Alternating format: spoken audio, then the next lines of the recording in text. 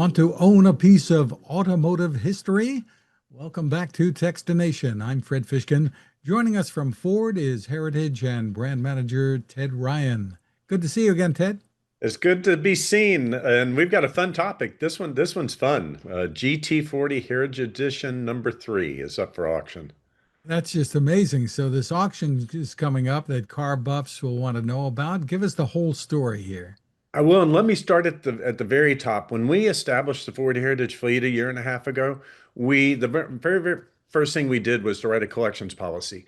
And because just like any good museum, you need to know what you're keeping and why you're keeping it and what you're not keeping, most importantly. My friend at the Henry Ford calls it right sizing a collection. So we have surplus vehicles that don't quite meet our collecting policy, even though they're amazing vehicles. So in this case, in 2005, 2006, Ford produced about 4,000 GTs. Amazing cars, top speed over 200 miles an hour. In the 2006 model year, we actually offered a special feature, the Heritage Edition, where you could have it painted with the Gulf livery for $13,000. Uh, we have the third ever production unit that we're going to be auctioning off. And we can auction it off because I still have production unit number 1 and number 2. So number 3 was really a surplus car. And excitingly for me, every penny from the sale of this car is going to go to support the fleet. We're not budgeted. I don't get budget every year to maintain and do the work on the fleet. So I've been, you know, looking for pennies in the couch to try to keep some of these up and running. And now I have a little bit better footing to get the fleet maintained over the years. I hope you find some quarters in there.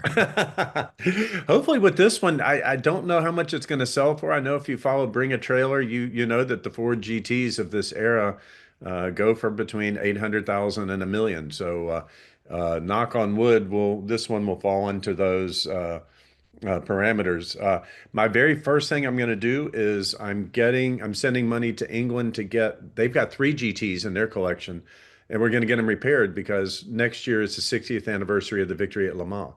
So I actually have a car that raced in that race. Didn't finish, but it raced in that race that we're going to get repaired for the 60th anniversary celebration. And they've got a beautiful Mark III, which was the street version of the GT40 from 1967. There are only 7 made. One is in the Peterson Museum, and one of the other ones is in our collection. So I'm going to get those 3 GTs up and going with the funds from this sale. So tell me how this auction takes place and how people with means can participate. They can. Well, if you've got some money and you've always wanted to own a GT, go to barrettjackson.com and you can register at the Barrett Jackson website. They're the enormous uh, automobile auction house. There's actually a couple of other GTs that are going up for sale at this auction as well. It's Saturday the 18th. The hammer time will be about 4 o'clock. You can bid online. Or you can just watch it. It's actually televised. It'll be online and then on television. And I'll be on stage with Craig Jackson talking about the Heritage Fleet, wearing my Ford racing gear, uh, because it's important. We have 500 cars around the world, and it's not cheap to maintain these. Parts are expensive, tires are expensive, the actual work itself. Uh, and the sale of this vehicle is going to go to support the fleet over the years. Exciting. Tell us a little bit more about the fleet and some of the more interesting vehicles that you have there, Ted. We do. So there's 150-ish in England, including I'm shipping over 5. So if you're in the Dearborn area next year for the Dream Cruise, you will see a right-hand drive Model T that was built, one of the first Model Ts built in England, and it's right-hand drive. So they've got about 150 cars. Transits, it leans the famous Ford Prefect. uh, they've got it's an amazing fleet. Australia's got 36 primarily racing vehicles. They've got the London to Sydney rally car. Germany has about 115 vehicles, which are German in origin, the Tannis, all the different variations of the cars that have been built in Germany. And then our US fleet's about 175, divided between racing, communications, archives. I've got a 1938 ambulance. and some other product development, a lot of concept vehicles as well. So about 500 cars around the world. And are they all kind of vintage? Is this one of the newer ones that when you talk No, it's 2006? a mix. Particularly Ford of England has more vintage. Our collection is skews more towards modern GT and Mustang for ours. Although there are some vintage ones in there, and Germany is kind of a mix. Ford does it was not like Porsche. Porsche has this policy that one of every type of vehicle that comes off the line they keep. Ford has never been like that. We'd have way too many varieties. We couldn't manage it.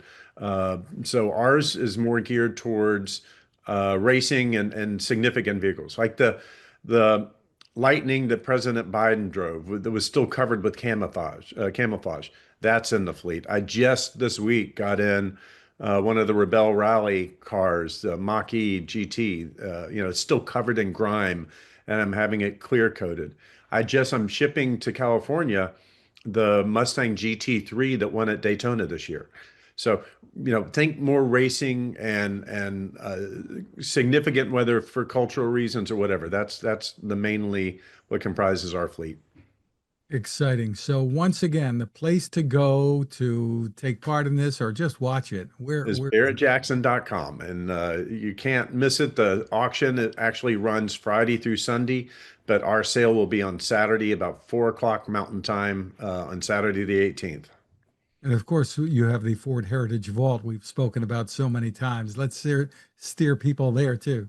Yeah, the Ford Heritage Vault, we're up over 21,000 assets now, and you can get a picture of just about every Ford ever made and every brochure that we've ever published. We're actually going to start scanning some German ones. So if you read German, come in this time next year. But everything is free, everything is searchable, and everything is downloadable for the general public. Terrific. Ted Ryan, thanks so much for spending time with us. Thanks for having me on, Fred.